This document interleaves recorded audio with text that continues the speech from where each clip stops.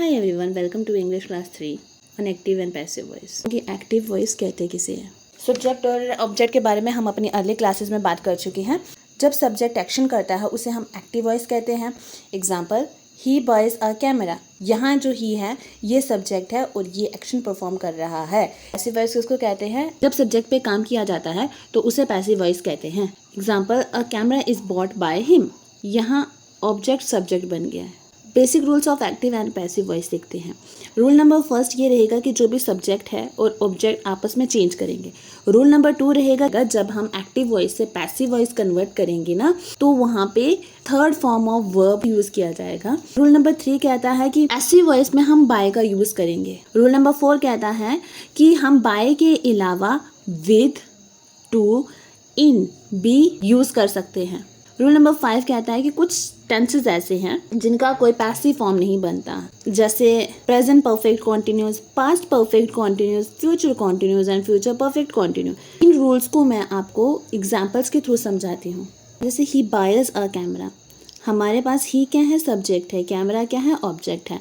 Rule number first जैसे कहता है कि सब्जेक्ट और ऑब्जेक्ट आपस में एक्सचेंज करेंगे। अब देखिए, हमारे पास ऑब्जेक्ट जो कि कैमरा था वो हमारा सब्जेक्ट बन चुका है पैसिव फॉर्म में। हमारा जो सब्जेक्ट है ही वो पैसिव वॉइस में हमारा ऑब्जेक्ट बन चुका है।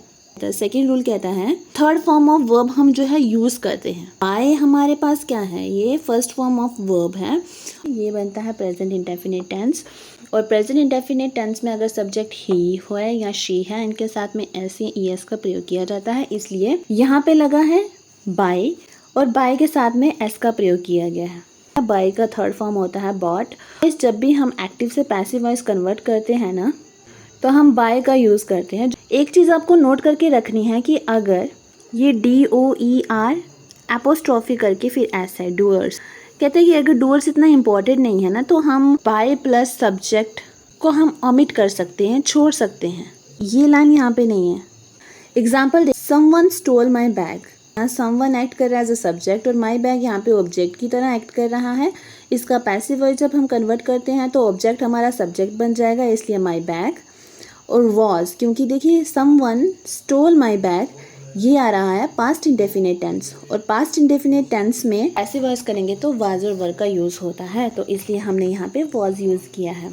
और स्टोलन, अब स्टोलन बाय हम आगे सब्जेक्ट जो कि समवन लिख सकते हैं, बट अगर आप इसे स्किप करना चाहें तो कर सकते हैं, नो प्रॉब्लम। रूल नंबर 4 जो कहता है बाय की जगह हम विद, टू या इन का यूज़ कर सकते हैं। इसका मैं एग्जांपल आपको समझाती हूँ। जैसे कि I know him, active form है, but he is known by me, ऐसे भी तो हम लिख सकते थे ना, बट हिम का बना ही, क्योंकि ये प्रेजेंट इंडेफिनिट टेंस है तो इसलिए प्रेजेंट इंडेफिनिट टेंस में इज, एम और आर का यूज़ किया जाता है इसलिए he is known to me. I का मी बन चुका है, यहाँ पे आई की जगह हमने टू का यूज़ किया है। कुछ ट्रिक्स भी जान लेते हैं। ट्रिक नंबर 1 कहता है अगर एक्टिव वॉइस में कॉन्टिन्यूस टेंस है और आपको पता है कि कॉन्टिन्यूस टेंस के साथ में ING का यूज़ होता है तो उसका एक्टिव वॉइस बनाते समय हम वहाँ पे बीइंग का यूज़ करेंगे। प्रेजेंट कॉन्टिन्यूस टेंस है ना यहाँ पे, she is cooking food. Food हमारा ऑब्जेक्ट है, बनेगा सब्जेक्ट पैसिव वॉइस में फूड। इज़ क्योंकि प्रेजेंट में हमेशा इज़, एम, आर लगेगा, हेल्पिंग वर्ब।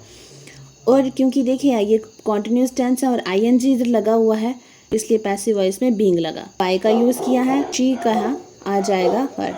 ट्रिक नंबर आता है सेकंड, ये कहता है हैज़, हैव, हैड अगर यूज़ हुआ है एक्टिव वॉइस में तो इसका पैसिव वॉइस बनाते समय बीन का यूज़ हम करेंगे। एग्जाम्पल, जैसे they have completed the work, active voice में, और यहाँ पे द वर्क जो कि ऑब्जेक्ट है, the work has been completed by them आप लिख सकते हैं, या ऐसे ऑमिट भी कर सकते हैं एज यू विश।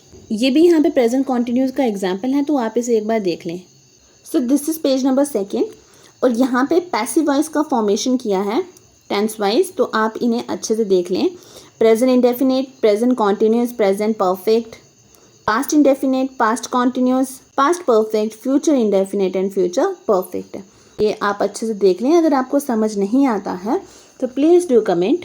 अब आते हैं अपने पेज नंबर 3 पे। ये नेगेटिव सेंटेंसेस की बात करेगा। एक्टिव वॉइस में दे रखा हुआ है he does not cook food, और हमें पता है पैसिव वॉइस कैसे बनाते हैं। रूल नंबर 1 जो कहता है सब्जेक्ट और ऑब्जेक्ट का एक्सचेंज होता है। फूड यहाँ पे ऑब्जेक्ट है, पैसिव में सब्जेक्ट बन गया। He does not cook food कौन सा है, प्रेजेंट इंडेफिनिट टेंस है। हमने क्या कहा था, प्रेजेंट इंडेफिनिट टेंस में इज, एम और आर का प्रयोग होता है। फूड के साथ में लगा helping verb, as helping verb लगा इज, फिर लगा क्या, नॉट का नॉट रहेगा। Cook first form of verb है एक्टिव में, और थर्ड फॉर्म ऑफ वर्ब बन जाएगी किसमें, पैसिव में। बाय का तो यूज़ करना ही है हमको पैसिव में, और हिम जो आ गया सब्जेक्ट का।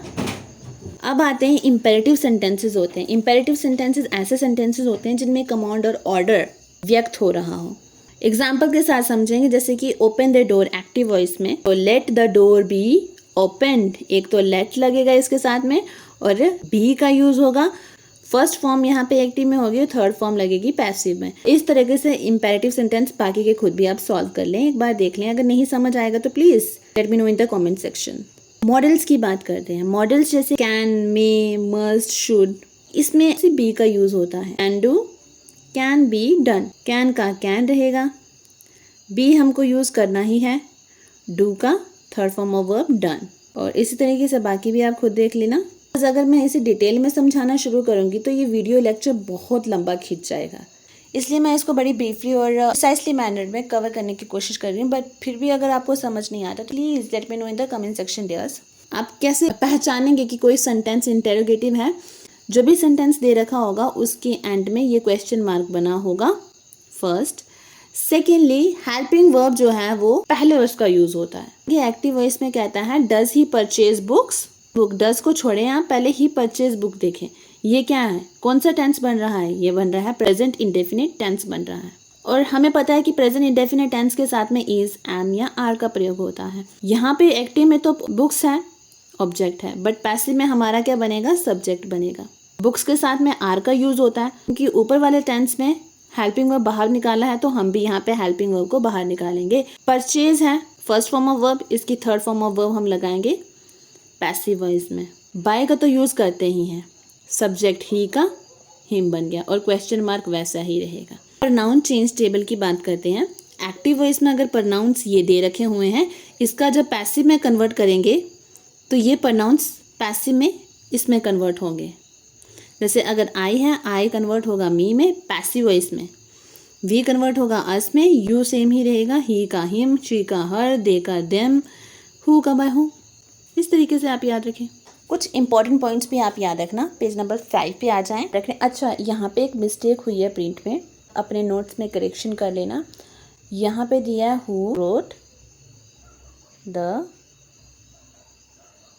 Letter and sign of interrogate. Who convert होता है बाय होम में, हु कन्वर्ट होता है बाय होम में, होम कन्वर्ट होता है हु में। Example who did she call, passive आएगा, हु से करेक्शन कर देना, who was called. This is exceptional, अगर आपको बाय हर लिखना है लिखें, वरना इसे स्किप भी कर सकते हैं as you wish. How he रहेगा, इसमें कोई चेंज नहीं होगा। जैसे how did he solve the problem, how did he solve the problem, इसका पैसिव वॉइस बनाएंगे तो वो आएगा how was the problem solved. और यहाँ पे है व्हेन जो है ये व्हेन ही रहता है, इसमें भी कोई चेंज नहीं आएगा। Example when did she complete the work, इसका पैसिव आता है when was the work completed. How से लेके हाउ मैनी तक ये जैसे हैं वैसे ही रहते हैं, इसमें कोई चेंज आपको देखने को नहीं मिलेगा। अब आते हैं हम पेज नंबर 6 पे। अगर एक्टिव वॉइस में अगर कहीं पे भी आपको किसी सेंटेंस में डू डज मिल जाएगा ना, पैसिव वॉइस में उसकी जगह आपको इज और आर लगाना है। और अगर डिड दिखता है तो उसकी जगह पैसिव वॉइस में वॉज या वर लगाना है। एग्जाम्पल एक्टिव में जैसे he does not clean the room, object हमारा एक्टिव में है द रूम और पैसिव में बन गया हमारा subject the room. Does not की जगह क्या लगेगा, इज या आर, तो is not clean first form of verb in active voice and becomes third form of verb in passive voice, cleaned by him। अगर आप लिखना चाहें तो लिखें, वरना स्किप कर सकते हैं as you wish. And likewise this second example, तो you can say so this is all about active and passive voice. इसका PDF मैं डिस्क्रिप्शन में डाल दूँगी, आप वहाँ पे जाके डाउनलोड कर सकते हैं। Don't forget to like and share my video and please do subscribe my channel. Thank you.